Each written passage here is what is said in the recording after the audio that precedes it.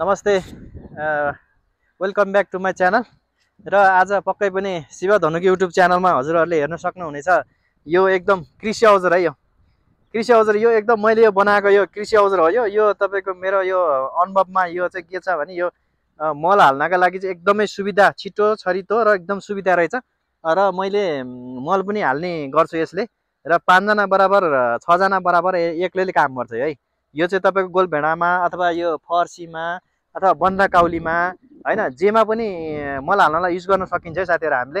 र हजुरहरूले पनि अपनाउनु होला। यो एकदमै छिटो छरितो र एकदमै सहज मूल्य छ। हजुरहरूले चाहिँ तपाईको यदि कसैलाई चाहिँ हजुरहरूलाई कसैले युज गर्न सक्नुहुन्छ भने मलाई सम्पर्क गर्नु होला है त। यो एकदम राम्रो छ है। 5 जना बराबर यसले एकै जग्गाले काम गर्ने मैले बनाएको र टमाटरमा फर्म भएको कारणले गर्दाखेरि यता भएको कारणले गर्दाखेरि मैले यो अपनाएको छ। यो हजुरहरूले अपनाउनु भयो भने धेरै सजिलो छ है। फर्सी अनि बन्दाकोपी, कोपी अथवा जुनै पनि बिरुवालाई चाहिँ एकदमै यो मल हाल्नलाई चाहिँ एकदमै सुविधा गर्नु होला र त्यसकारण म चाहिँ है त यो एकदमै सुविधा। यो जेलाई पनि हुन्छ। जस्तै अब फर्सी विशेष गरी टमाटरलाई है। यो विशेष गरी टमाटरलाई बनाएको मैले। यो टमाटरलाई बनाएको त्यसकारण गर्दाखेरि हजुरहरूले राम्रोसँग यो झोला हो। एउटा बोरा झोला चाहिन्छ हैन। झोला नभइकन यसमा आवश्यकता अनि एउटा पाइप, यो एउटा पाइप राख्नुपर्छ।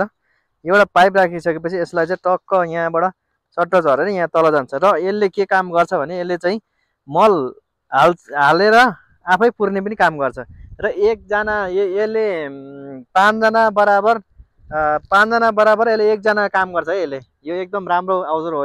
यो मैले बनाएको यो तपाईको एकदम राम्रो छ। यो छिटो पनि छ, काम गर्न सजिलो पनि छ र एकदमै राम्रो छ। ल अब यहाँबाट हामी यसलाई एउटा यहाँ मल हाल्नलाई देखाउँछौँ। यस्तो गर्ने हो हैन। ठ्याक्क यस्तो गर्ने, यहाँबाट मल झार्ने। मल यस्तै झर्छ यहाँ। ल यसलाई ठ्याक्क यसरी पुर्छ पनि यो औजार। यो तपाईहरुलाई अब यसलाई यहाँ यदि कसैलाई कृषि गर्ने कसैलाई चाहिन्छ भने हामीलाई सम्पर्क गर्नु होला है त। यो एकदमै सुविधा हो। यो 5 जना बराबर 5 जना बराबर यो एक्लैले काम गर्छ। एक्लैले काम गरिसकेपछि यो धेरै सजिलो छ। यो यस्तो गरे ठ्याक्क यसरी थिच्ने, यहाँ ठ्याक्क पल बनाउने, यसरी झार्ने। ल यसरी झार्सेपछि हल्का यसरी पुर्नु पर्छ है। आफैले खन्ने, आफैले पुर्ने। एकदम सिस्टम एकदम राम्रो छ। यो सिस्टम एकदम राम्रो छ है। अनि यो टमाटरलाई भयो।